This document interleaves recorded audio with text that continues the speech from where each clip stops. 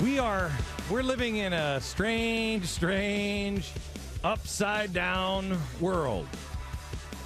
We have Jan Schakowsky announcing now, after we just received the largest tax increase in U.S. history through Obamacare, and that's not hyperbole. That is what the Supreme Court Justice yesterday on the liberal side announced that it was.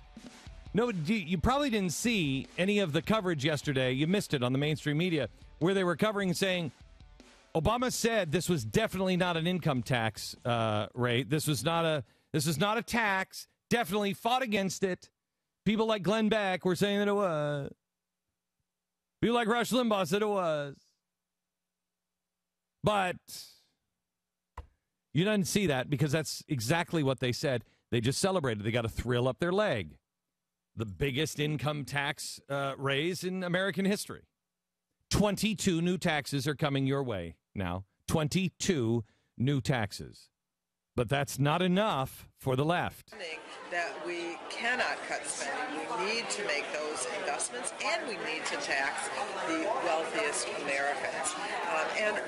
The president talks about that all the time, about fairness. So I do think we need to head off a grand bargain that might come before the election, fight all of this out after the election, after we win, keep our messaging clear.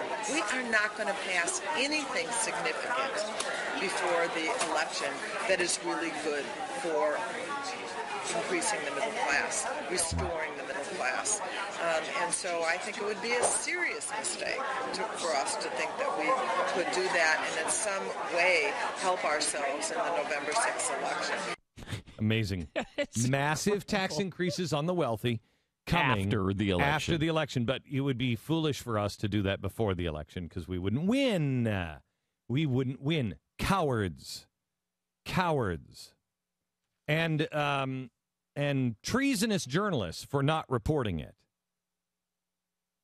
Nancy Pelosi, is it a tax? Well, she said it definitely wasn't.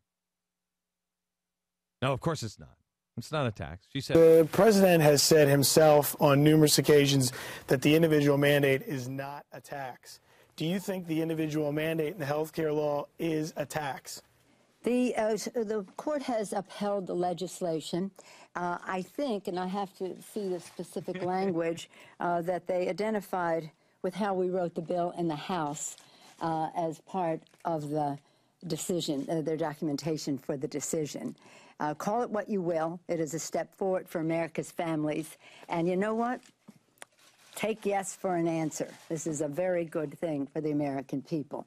What you're talking about here is Washington talk. What is happening out there is children, families with a child with a pre-existing medical condition, which means for a lifetime they will be discriminated against in terms of insurance. Not anymore. Not anymore. Same thing with when the bill is fully implemented. That's what's really important to people. Technical terms. That's for us here.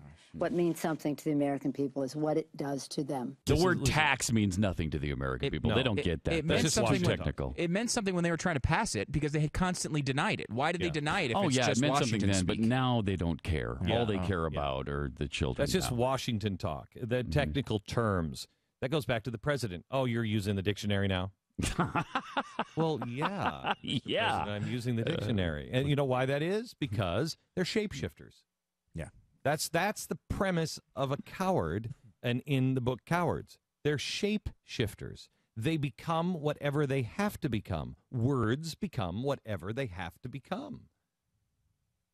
Shapeshifting. Well, okay. Well, I'm not going to play that game.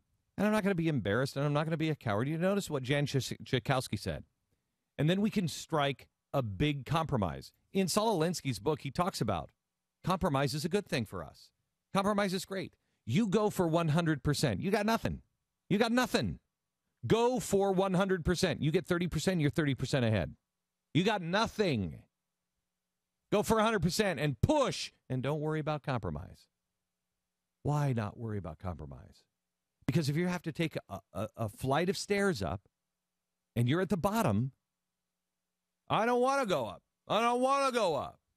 And then somebody's up there like, come on, all the way to the top. All right, I'll go 30%. The guy at the top's got him up 30% of the way.